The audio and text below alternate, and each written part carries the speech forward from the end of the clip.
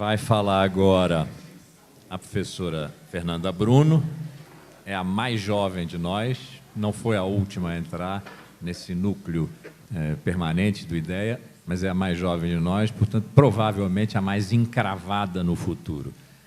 Se bem que o Luiz Alberto nos fez alguns cenários catastróficos, mas de curta duração, né?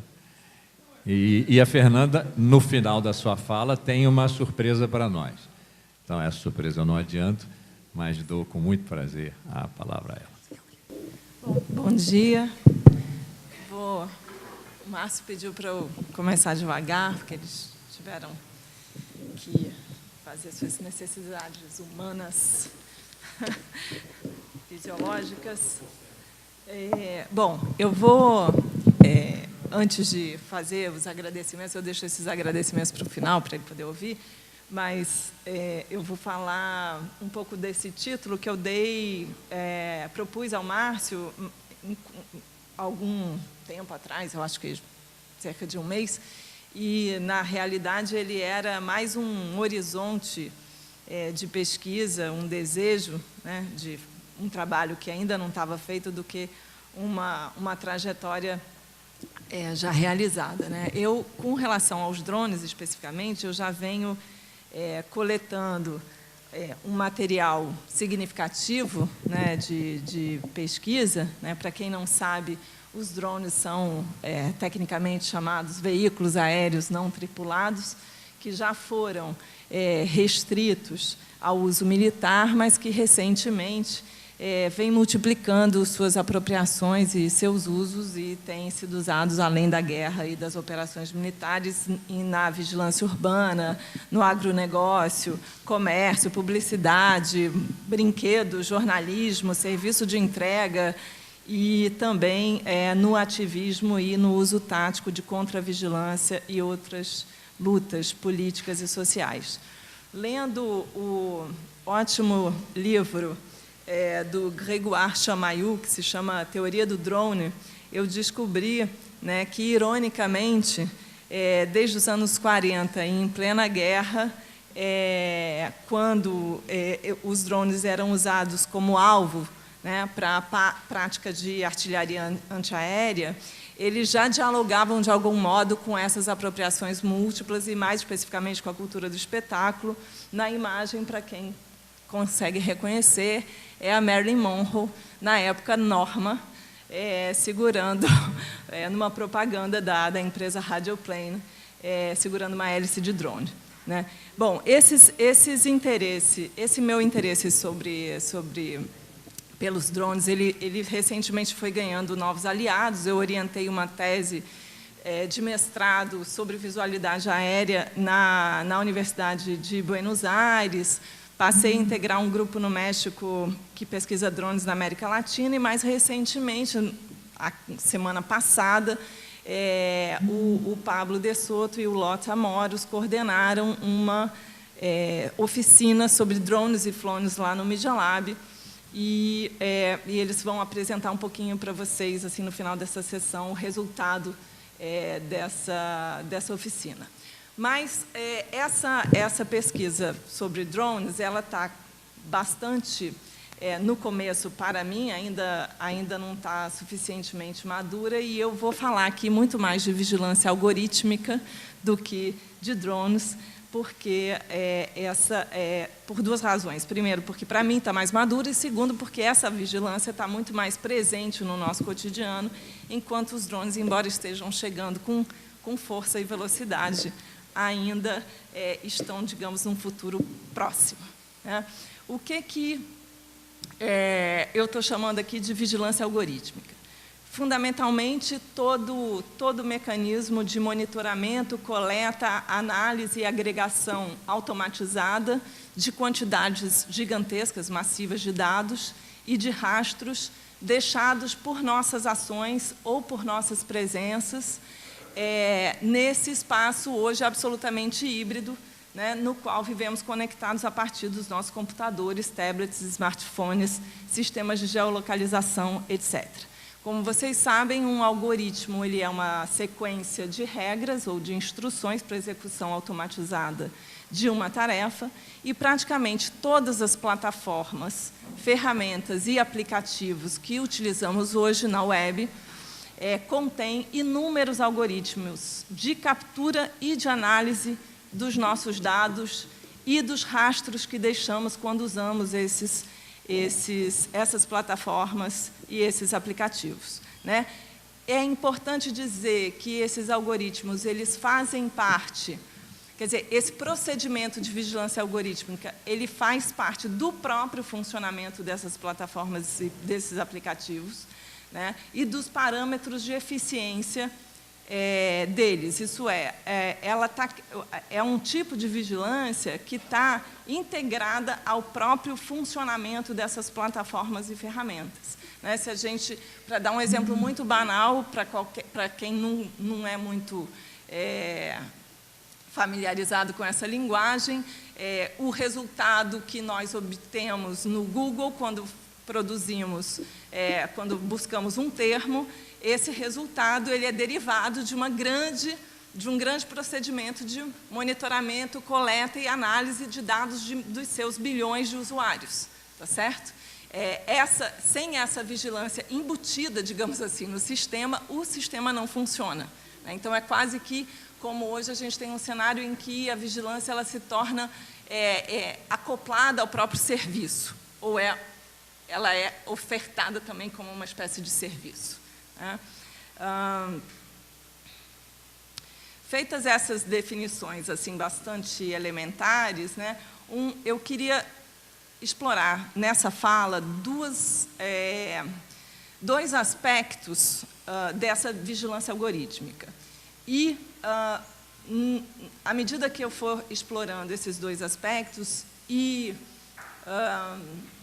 traçando algumas pistas sobre as implicações estético-políticas desse duplo aspecto. O primeiro aspecto é essa dimensão vestigial da vigilância. Isso é, boa parte da vigilância que se dá hoje no espaço informacional e também no espaço físico incide sobre os rastros, né? Os rastros das nossas ações ou das nossas presenças. Como eu disse, os termos que buscamos no Google, os downloads e uploads que fazemos na internet, os cliques em sites, as curtidas e compartilhamentos no Facebook, livros buscados e comprados na Amazon, vídeos assistidos no YouTube, fotos postadas no Instagram ou no Flickr, todas essas e muitas outras ações deixam rastros passíveis de serem monitorados, recuperados, arquivados, correlacionados, analisados e processados num tempo quase que real, que, por sua vez, modula a paisagem de dados que a gente visualiza nesses mesmos lugares. Tá certo? Então, eles retroagem o tempo inteiro sobre as nossas ações. Então, na web, a gente tem essa condição mnemônica historicamente nova, que é a ideia de que não há ação sem rastro, né? Praticamente arquivo por padrão, né? Historicamente, se a gente pensar as nossas relações com a memória, a produção da inscrição ela implicava um gesto adicional, né? Deliberadamente produzir uma inscrição. E, de modo geral, isso envolvia, claro, que já há os rastros involuntários, mas agora, sempre houve esses rastros involuntários, mas agora o esforço ele é quase que ao avesso, né? Para produzir o esquecimento, você tem que produzir uma ação adicional, porque o sistema ele arquiva e produz memória, ele se lembra por padrão, digamos assim, né? Então, e além dessa produção gigantesca e coleta automatizada e processamento automatizado dos nossos rastros, né, no que a gente chama de espaço informacional, também no espaço físico, né, no mundo, não necessariamente offline, porque o tempo inteiro, quando a gente está no espaço físico, a gente está também se conectando na web, mas também no espaço físico, os rastros das nossas presenças são cada vez mais capturados por câmeras, etiquetas RFID, sistemas de geolocalização, cartões de transporte, cartões de fidelidade, diversos tipos de sensores, cada vez mais presentes no espaço urbano. Agora, com a chamada Smart City, a ideia é que a gente tenha uma extrema proliferação de sensores sobre o espaço urbano, além dos drones, como eu falei. Então, um primeiro conjunto de questões, né, se volta para o estatuto desse objeto da vigilância, que é um vestígio, um rastro de ação ou de presença, né? Como ver, recuperar, ler, guardar, interpretar o rastro de ações humanas em interação com a tecnologia, que é o caso da web, né? Ou o rastro da presença de corpos em determinados lugares. Como os procedimentos de vigilância e de controle transformam o rastro em evidência, né? Que tipo de sensibilidade, de conhecimento ou de saber sobre quem somos e sobre como conduzir nossas condutas estão sendo produzidos a partir desses rastros que deixamos e que são coletados por esses sistemas de vigilância, né? Do lado daqueles que somos nós, né, que produzimos os rastros, como controlar, perceber, dimensionar, visualizar e, eventualmente, apagar nossos próprios rastros. Essas questões elas se complicam um pouco mais quando esses rastros ganham uma escala massiva, uma escala que ultrapassa as possibilidades humanas de apreensão sensorial e cognitiva. Aqui a gente já está passando para a escala do Big Data, porque todos esses rastros eles são tão mais valiosos quanto mais volumosos e diversificados eles forem. Então, os rastros das nossas ações e das presenças de nossos corpos constituem esses volumes gigantescos de dados, com grande variedade, coletados e processados segundo velocidades inéditas e anunciados, segundo a retórica do Big Data, como portando uma veracidade também inaudita. Essa veracidade derivaria do fato de que eles são coletados in natura, como se a gente dispensasse os mediadores tradicionais na coleta dos dados sociais, né? As velhas enquetes, as pesquisas de opinião, etc. Agora, eu não preciso perguntar a ninguém o que elas acham, eu coleto diretamente o dado das suas próprias ações, dos rastros das suas próprias ações e das suas próprias presenças. E, minerando esses dados, agregando esses dados e analisando esses dados segundo algoritmos, eu sou capaz de reconhecer, extrair, melhor dizendo, padrões que, por sua vez, me permitem ofertar aquilo que supostamente as pessoas desejam, no campo do consumo, no campo da segurança, no campo do entretenimento, no campo da leitura de livros, etc., etc. Né? Esse é o mundo da web que a gente vive hoje, é esse mundo modulado, cuja paisagem é modulada o tempo inteiro por esses algoritmos. Né? E a premissa do Big Data é que, no Big Data, N é igual a tudo. Né? É uma coleta exaustiva. Né? Bem,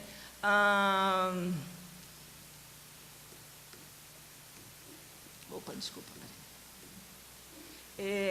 Apenas para vocês visualizarem um pouco, tem um site que é uma bobagem, mas é uma tentativa de tornar essa escala gigantesca um pouco mais apreensível, que você entra, chama Internet em 60 segundos, e você entra, ele começa a computar quantos milhões de buscas no Google, de e-mails enviados, de usuários de telefone celular, uploads no YouTube, cliques, curtidas no Facebook, etc., etc., se passam em apenas 60 segundos e os volumes são gigantescos.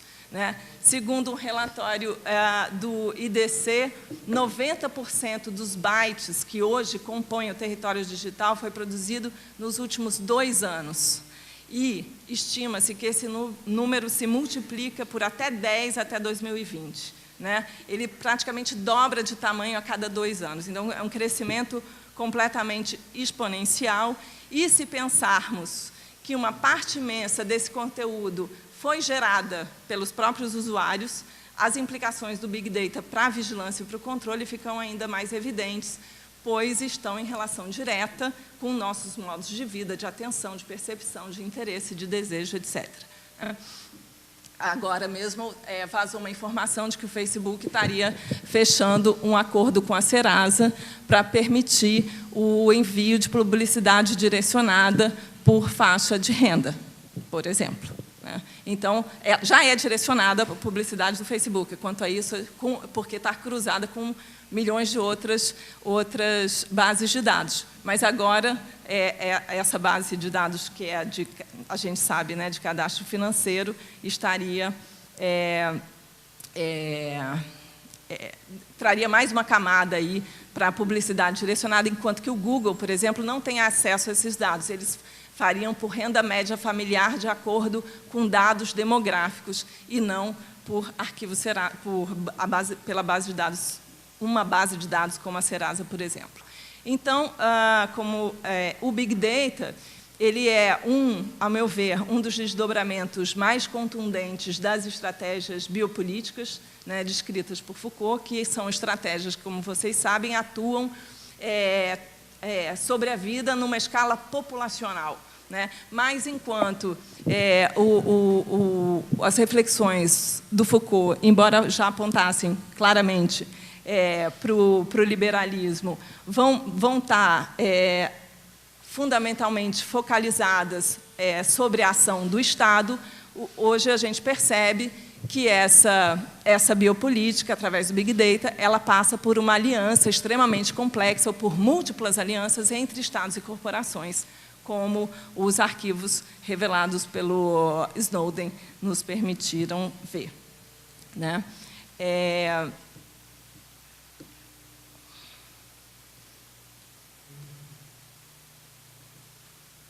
que eu me perdi aqui no meu próprio texto. Então, concretamente, a gente tem essa dupla condição. De um lado, né, no nível do elemento, o rastro, o vestígio, esse elemento quase evanescente, né, da vigilância, e, de outro, esses rastros agregados e correlacionados numa escala gigantesca e dinâmica, que é o Big Data. Uma escala que ultrapassa as nossas capacidades de apreensão.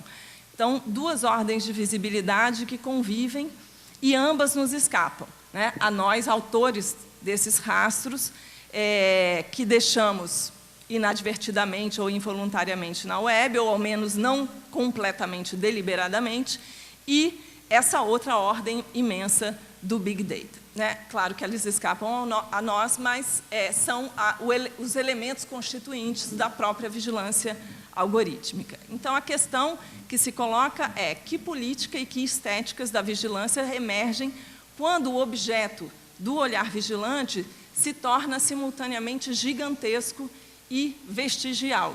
Né? Em outros termos, como vigiar um hiperobjeto. Né? E quais são as implicações dessa vigilância.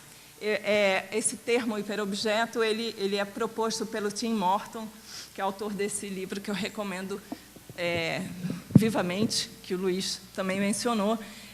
Claro que ele está pensando no aquecimento global, ele está pensando no antropoceno, mas eu acho que, guardadas as devidas proporções, dá para estender essa ideia ao que eu estou chamando aqui de vigilância algorítmica. Então, essa condição extremamente inquietante, né, em que a gente tem essa porção individual do rastro e o Big Data de outro lado, nos produz um outro tipo de ansiedade, um outro tipo de angústia, um outro tipo de dilema em relação à vigilância.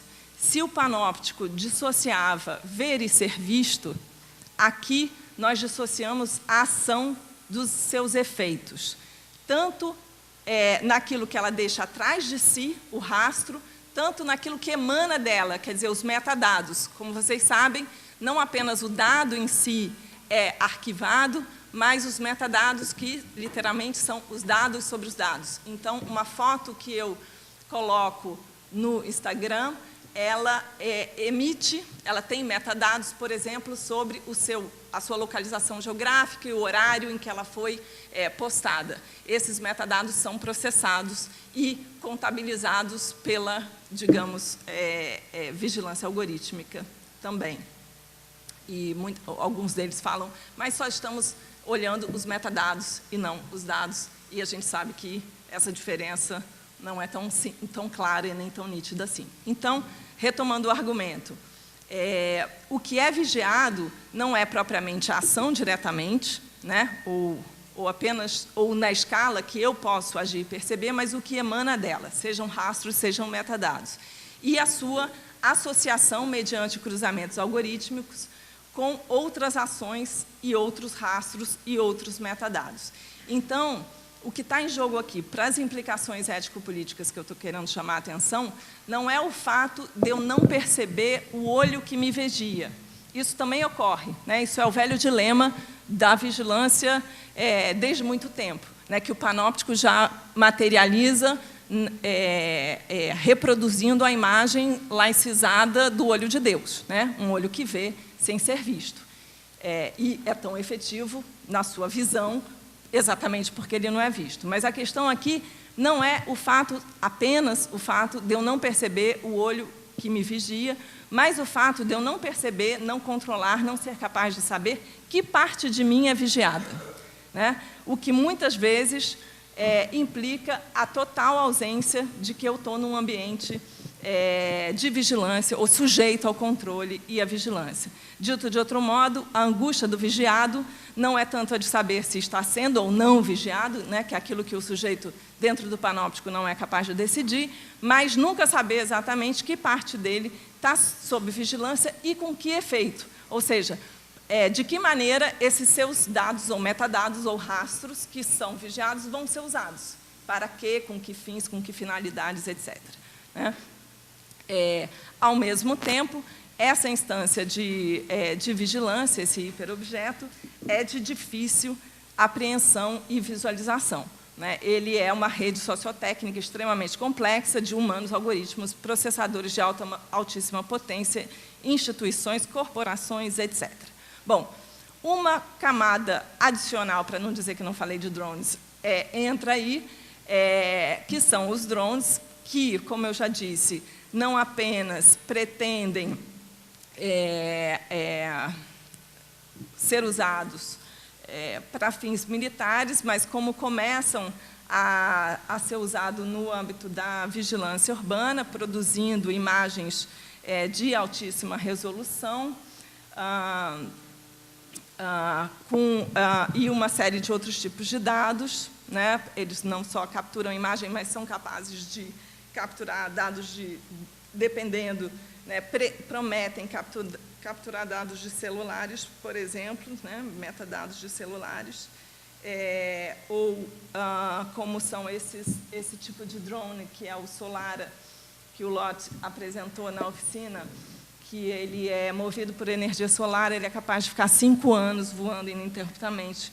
Foi comprado pelo Google e para digamos, acoplar a esse projeto já, o Loon, né, que é um projeto do Google de balões, que levam a internet para áreas remotas, né? É claro que levam a internet e capturam os dados juntos, né, evidentemente.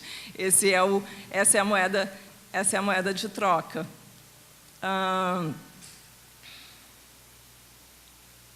E ainda...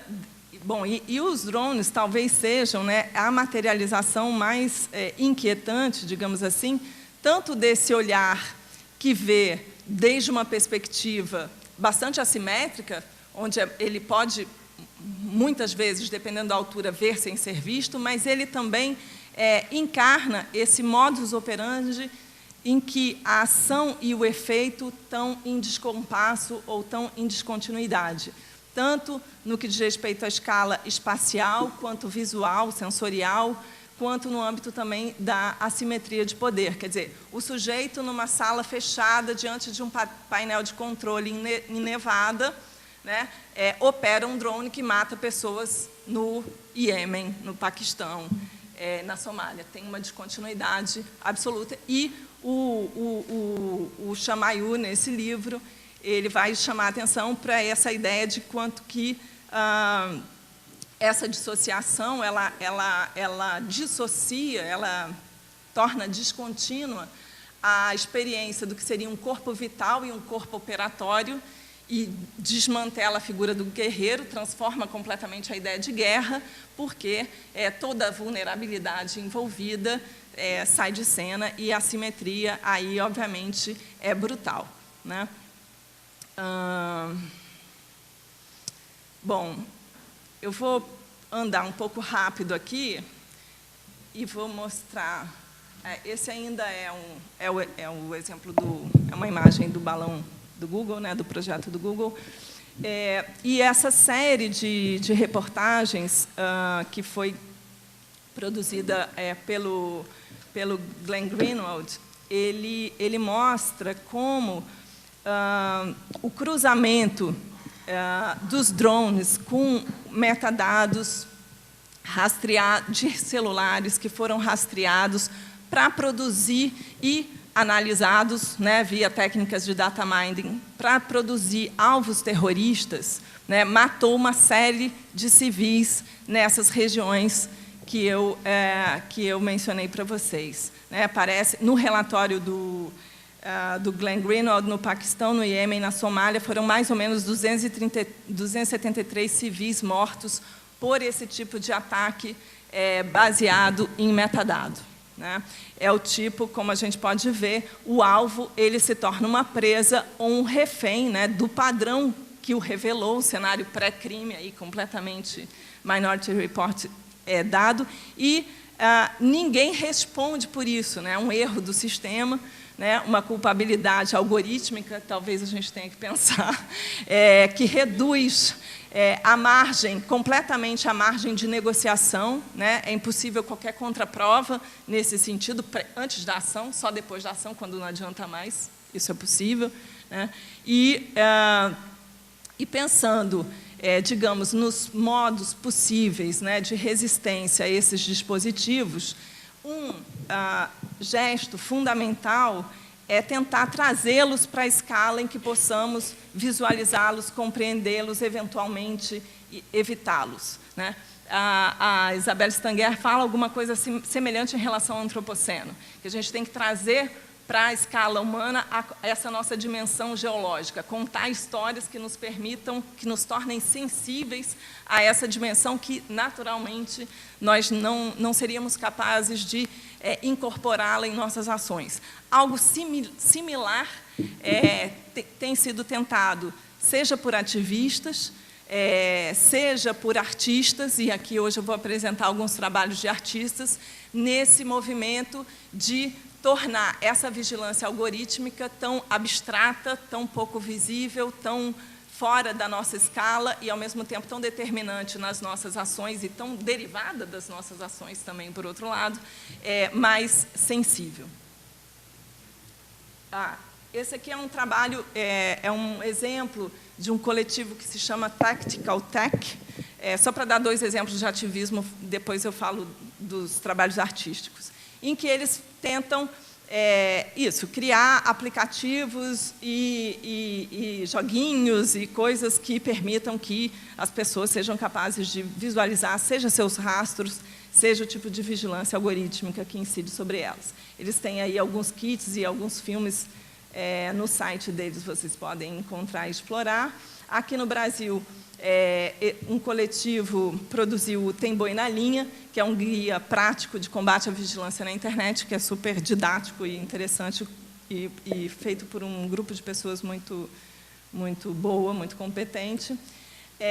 Agora, já passando para o campo da arte, em 2014, teve uma exposição no CCCB de Barcelona, voltado para o Big Data, né, cuja a temática era o Big Data. Eu vou mostrar só a imagem do trabalho desse artista, que é o Eric Kessels, chama 24 horas em fotos, né, onde ele coloca dentro da sala uma impressora que literalmente cospe diretamente do Flickr todas as fotos num período de 24 horas que são projetadas, que são, enfim, como diz, uploadadas, que são colocadas, inseridas no Flickr.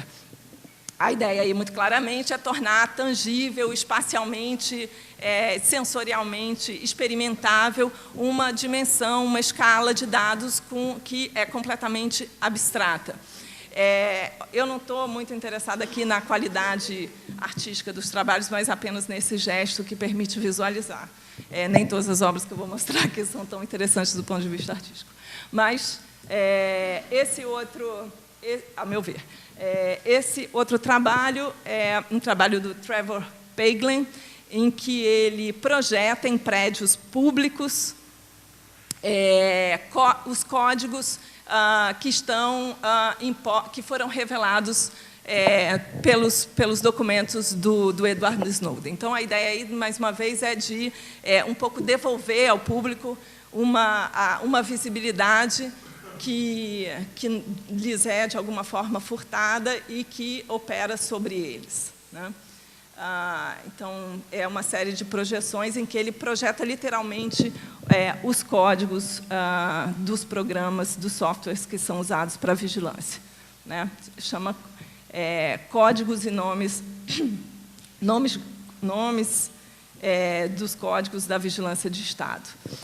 Essa outra é uma performance de uma artista baseada em Nova York, se eu não me engano, onde ela vende cookies, literalmente, no caso, aí, biscoitos, mas para chamar a atenção para isso que são os mais conhecidos rastreadores de internet, porque eles ficam em nossos navegadores e permitem rastrear as nossas...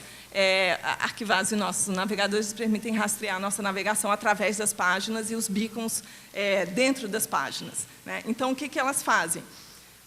Elas vendem esses cookies na rua e em troca de dados pessoais. E, a depender dos dados que você fornece, pode ser mais caro, mais barato, digital é mais caro do que apenas o seu endereço, etc. Enfim, ela é uma performance que tenta dar corpo e tornar trabalhoso, tornar experimentável isso que, normalmente, a gente resolve apertando um botão e dizendo, ok, aceito o termo de compromisso, porque eu quero fazer essa coisa aqui, que é o que eu preciso fazer, seja usar um serviço qualquer da internet. Que mais? Então, essas são imagens da performance. Esse trabalho, um pouco mais chama Stranger Visions, um pouco mais entre a realidade e a ficção. Ele é um trabalho de uma artista que constrói esculturas, retratos, a partir de rastros que ela coleta no próprio espaço físico. Fios de cabelo, guimbas de cigarro, chicletes comidos, né? E ela analisa, ela trabalha, obviamente, em colaboração com cientistas, ela analisa esses dados e constrói o que seriam retratos correspondentes a essas pessoas, né? A esses rastros. E no site dela, para ver que tem uma dimensão ficcional, mas não tanto assim, tem alguns links de empresas que já fornecem esse serviço. Essa é uma delas, né? Que são Snapshot Prediction Results, baseados em mapeamento de dados genéticos coletados a partir de rastros, né? Esse último trabalho é de um coletivo que se chama Forensic Architecture, é um coletivo de arquitetos, artistas, realizadores, ativistas, que está baseado na Universidade Goldsmiths, em Londres. E o que eles têm uma série de trabalhos de produção do que eles chamam de arquitetura forense, produção de evidência, tendo em vista ajudar as pessoas a mostrarem, sobretudo em casos de guerra ou de vigilância, que elas foram vítimas de danos, de erros, de arbitrariedades, etc.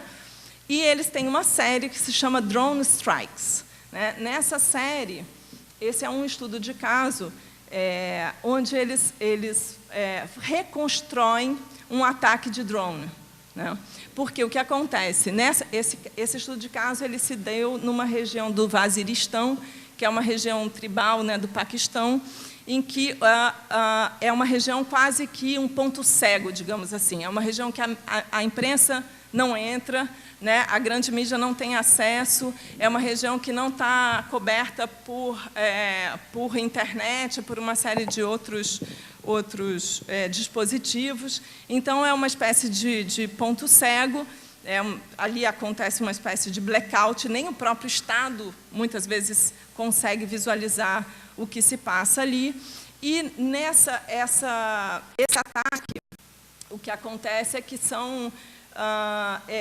é um tipo de encontro, deixa eu lembrar o nome aqui, que se chama jirga, né? Uma jirga é uma roda de conversa que se faz no caso de quando há uma disputa em questão, né? Então, normalmente se marca previamente o encontro, se pede permissão para fazer o encontro. Esse encontro, supostamente, ele já estava autorizado a acontecer. Então, são duas rodas de homens para discutir. Nesse caso, era a propriedade, debater a propriedade de uma mina de cromita, né, nesse local. E 2 dias antes desse encontro, né, ou melhor dizendo, esse encontro durava 2 dias. No primeiro dia, teve um ataque de drone na proximidade desse grupo, que resultou em torno de 4 ou 5 mortes. Não tem muitos dados sobre esse primeiro ataque, e no segundo dia, um drone disparou diretamente sobre um dos círculos e matou imediatamente 43 pessoas, todos eles civis, né? Então, o que eles fazem? Depois vocês visitam o site, eles reconstruem. Aí o movimento é inverso, né? É uma tentativa de produzir um rastro dessa máquina vigilante que opera numa região de blackout, numa região de total invisibilidade. Então, uma inversão aí, né? De modo geral, as máquinas vigilantes estão capturando os nossos rastros, né? Aqui, a ideia é produzir o rastro do próprio olhar vigilante e reconstruir uma evidência, né? E também operando numa realidade de total escassez de dados e não de abundância de dados, como é o nosso caso com relação ao Big Data. Então, eles pegam imagens de satélite, eles vão fazendo um quebra-cabeças e vão remontando a cena, fazem análise de impacto, onde teria havido os bombardeios, né? E também, obviamente, dentro do possível, recorrem a testemunhos. Isso é uma manifestação que ocorreu na ocasião para denunciar esses ataques e a morte dessas pessoas. Então, enfim, esse grupo é um grupo que, ao meu ver, faz um trabalho incrível, não só que mistura arte, ativismo e que tem resultados bastante efetivos, segundo o que consta no site, jurídicos importantes, né? Eles ajudam as pessoas a moverem ações contra estados, contra corporações, etc. E, por fim, para já finalizar, aconteceu, como eu falei, anunciei no início da minha fala, essa oficina no Media Lab, que foi coordenada pelo Pablo de Soto, que é doutorando do programa nosso, né, de mestrado e doutorado na comunicação, e convidado aí especial, que foi o Lothar Morus, que é um artista e desenvolvedor de Flone, né? O Lothar vai apresentar para vocês melhor do que eu. Ele é um drone específico para fazer voar telefones celulares, né? E capturar a imagem a partir de celular.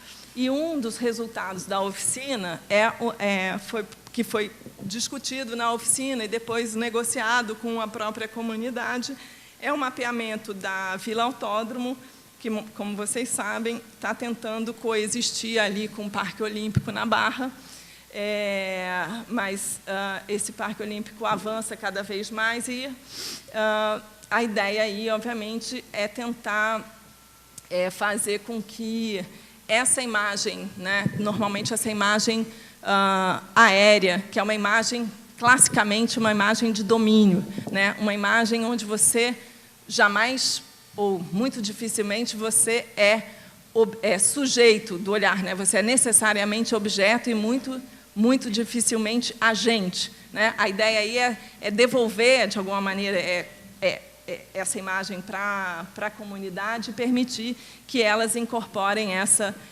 imagem aí na sua luta ali por coexistência, que não é nada, como eles nos disseram muito reiteradamente, não temos nada contra a Olimpíada, não temos nada contra essas obras que estão acontecendo, apenas queremos coexistir, mas o projeto olímpico não pode conviver com a pobreza visível, né?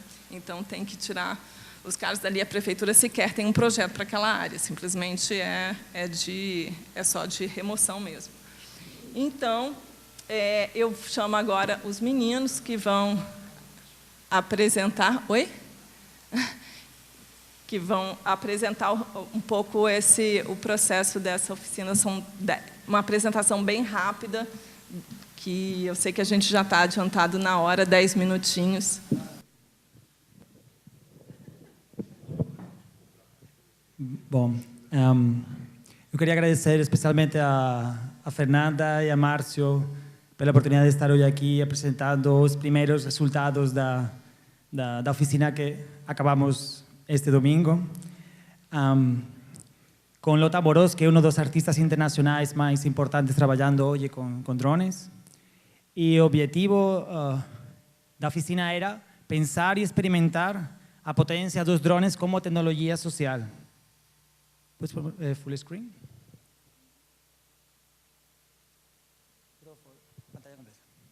Entonces, como una tercera vía que no sea ni militar ni comercial, ¿no? Entonces, hay una serie de preguntas, ¿no? ¿Qué sería un drone ciudadano, ¿no? ¿O qué sería un drone sociotáctico, ¿no? ¿Cuáles son las cuestiones éticas envolvidas en estas preguntas, ¿no? Y un poco sobre nuestro contexto, esa nuestra época, nos gustamos también da aportación que faz Donna Haraway, ¿no? Que ela fala que o antropoceno, a era do antropos, e inclusive o capitaloceno, que seria a crítica marxista, ¿no? A era do capital. Ela fala que são boas histórias grandes, mas não grandes suficientes, ¿no? E ela propõe um nome diferente, que é o Chuluceno. E não é tanto a partir de Lovecraft, ¿no? Chuluceno. E Chulu é a chamada de Chulu, que é uma novela de Lovecraft. Mas ela não se refere por aí, que Lovecraft é um cara bastante misógino, sino o Chulu, que é uma espécie de aranha que mora nos bosques da comunidade de perto de onde ela mora na Califórnia, ¿no? Uma espécie de aranha Chulu. Então ela fala de que hoje é impossível fazer projetos interessantes desde o excepcionalismo humano, ¿no? Então, o trabalho dela é, digamos, fugir desse excepcionalismo humano, ¿no? Então, nós também gostamos do Chuluceno pensar também não somente a relação entre as espécies com os animais, sino também com as máquinas, ¿no? Mas de uma maneira mais humana, ¿no? Podes passar a seguinte? Então, a Hackademy é o ponto de partida, ¿no? Então, nós partimos de uma tradição, que é uma tradição da ética hacker, ¿no? E dos movimentos cyberpunk, ¿no? Que é o desejo de apropriar-nos de todas as tecnologias, inclusive as tecnologias high-tech e inclusive desde posições precárias. Outra ideia com a que trabalhamos é a ideia de comunidade de aprendizagem. Que consistiu, fizemos na prática, fazendo uma chamada pública para pessoas, inclusive de fora de Rio de Janeiro, inclusive de fora da universidade, para participar da oficina.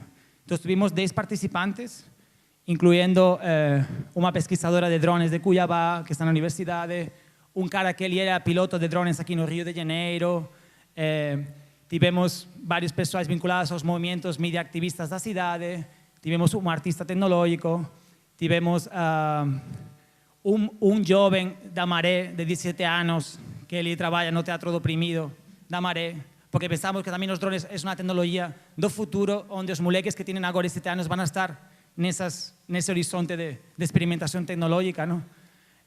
Tivemos também dois pessoas da periferia de Rio de Janeiro, de Duque de Caxias e de Acari, que são cineastas e que querem trabalhar com filmagem aérea em seus filmes para visibilizar as fronteiras nessas comunidades. Também trabalhando com essa ideia de institucionalizar, no? Que temos uma infraestrutura que está no Media Lab, está na universidade, está na UFRJ, mas nós abrimos fora dos muros da universidade. No? E outra ideia com que trabalhamos é a ideia de ciência cidadã. A ideia que hoje a cidadania produz ciência, não?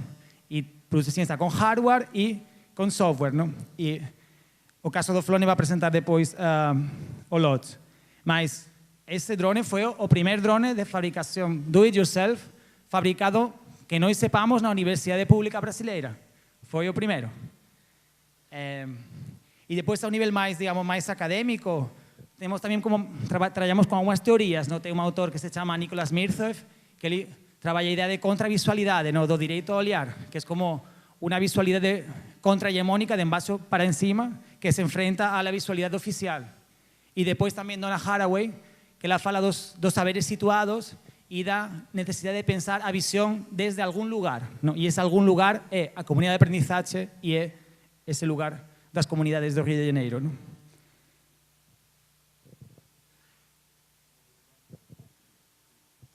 Oi, eu sou Lot Amorós, vengo de Espanha também.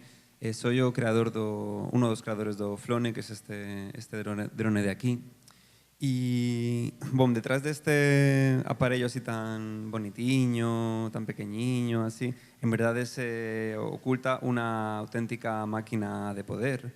Máquina de poder no sentido de que poden voar sobre, poden olhar você, poden sacar datos de você. Y bom, cuando comenzamos a construir este aparello, no éramos conscientes de toda a súa potencia que ten agora. Alén de estar construído con unha cortadora láser que está fabricado digitalmente, as persoas poden modificar ele, é de madeira, se quebra se pode reparar facilmente, mas carrega un celular, que é un dispositivo que moitas persoas já tenemos, e pode tomar fotos directamente de aquí. Está controlado, se pode controlar con outro celular ou con outra emisora, mas iso, o negocio está diseñado para ser o máis pequeno posible, para despois de facer unha acción rapidamente guardar en un saco e você pode transportar un drone, voar un drone e ninguén sabe que você está facendo tudo isto aquí. Mas a idea principal é construir este tipo de tecnología para as persoas, ¿no? Para transformar un producto comercial en outro producto cultural, donde as persoas aprenden sobre tecnología, aprenden cómo modificar a tecnología, porque si no conseguimos modificar a tecnología también no conseguiremos modificar o mundo que vivemos, ¿no? Y dotar de esta tecnología tan poderosa as comunidades para, por exemplo, ollar en lugares donde no tenemos derecho a ollar y documentar coisas que no tenemos derecho a documentar, ¿no? Estas serían todas as posibilidades que abrimos cuando damos esta tecnología tan aberta e tan accesible, tamén moito máis barata que os drones comerciais, as persoas normais, ¿no? Entón, é como unha plataforma para convidar as persoas a ollar o seu propio territorio. E a primeira operación da Drone Academy foi este domingo na Vila Autódromo, que fizemos aí con a comunidade de moradores. Passa para a seguinte, por favor. E esta foto é muito forte para nós, porque visibiliza isso. Na esquerda, a comunidade que resiste, não? As 50 famílias que ainda, digamos, estão demandando uma solução justa que cumpra as leis, não? E na direita, esse muro, que é o muro das obras do Parque Olímpico, não? Da cidade global neoliberal, que cada vez mais e mais vai invadindo e comendo o território da comunidade, não?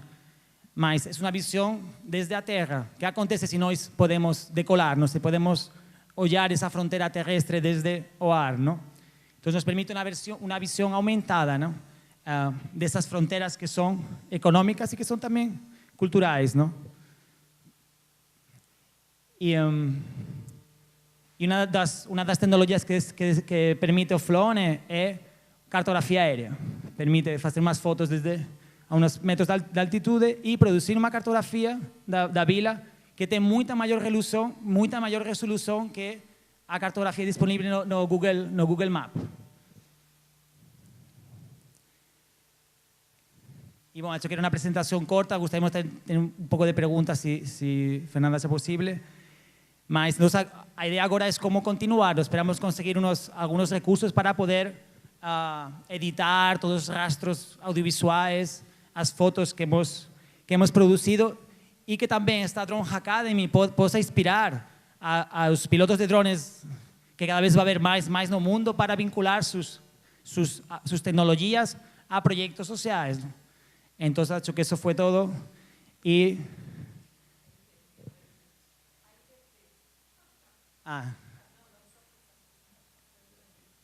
isso é todo. Muito obrigado.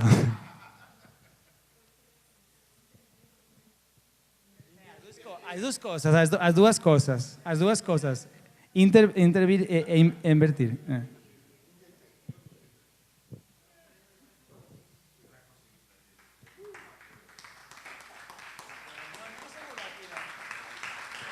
Isso te pode cortar um dedo, sabe? Mas teríamos que encender a bateria. Aqui ou... Se voar. Ou se querem, podemos fazer, ir lá para a emissora.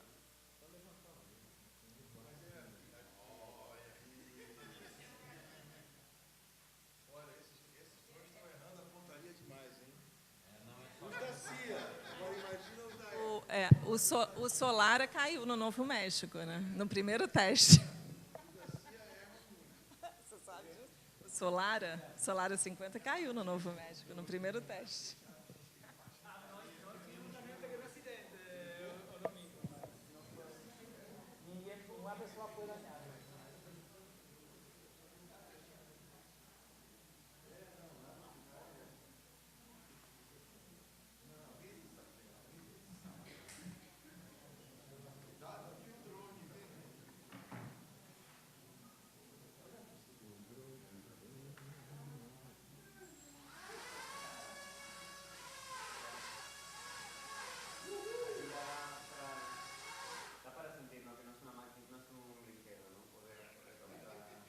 Pode causar danos sérios.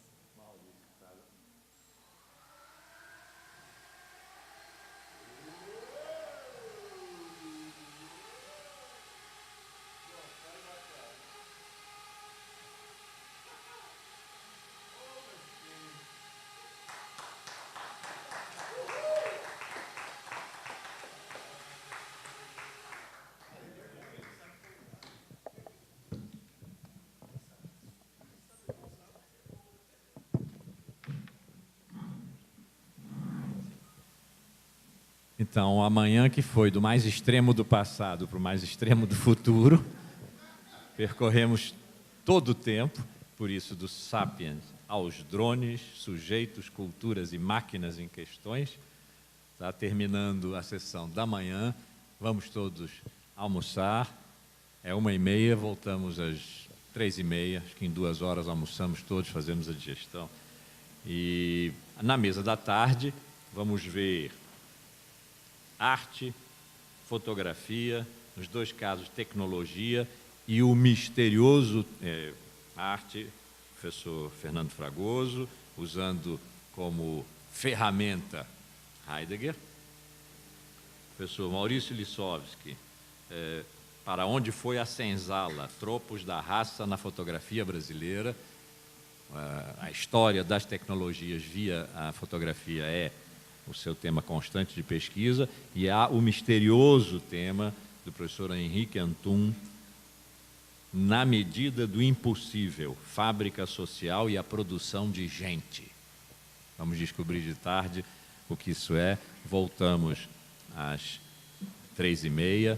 Eu queria, só para não me esquecer mais tarde, vocês saberem, agradecer às pessoas que nos receberam e tornaram possível essa atividade aqui no Centro de Filosofia e Ciências Humanas, Dona Ana e o senhor Gilberto, que nos acolheram. Nós não teríamos lugar para fazer essa atividade hoje. Na Central de Produção Multimídia, todo o equipamento que está aqui, o fato de que vocês ouvem a minha voz e o que depois vai entrar no site do projeto, toda a nossa atividade aqui, a Central de Produção Multimídia, a Inês, o Fifo e o Marcelo, o Núcleo de Imprensa, que fez chegar a vocês, a Cecília, e a editora da UFRJ, ali fora tem uma mesa com produção dos diversos pesquisadores do IDEA, Fernanda, o Júlio e o André. Acho que agradeço. Isso são as informações paroquiais de final de coisa, né? Quem não assinou a lista de frequências, por favor, assine, porque depois nós preparamos o certificado dessa atividade. E pronto. Daqui a 2 horas nos reencontramos aqui. Obrigado.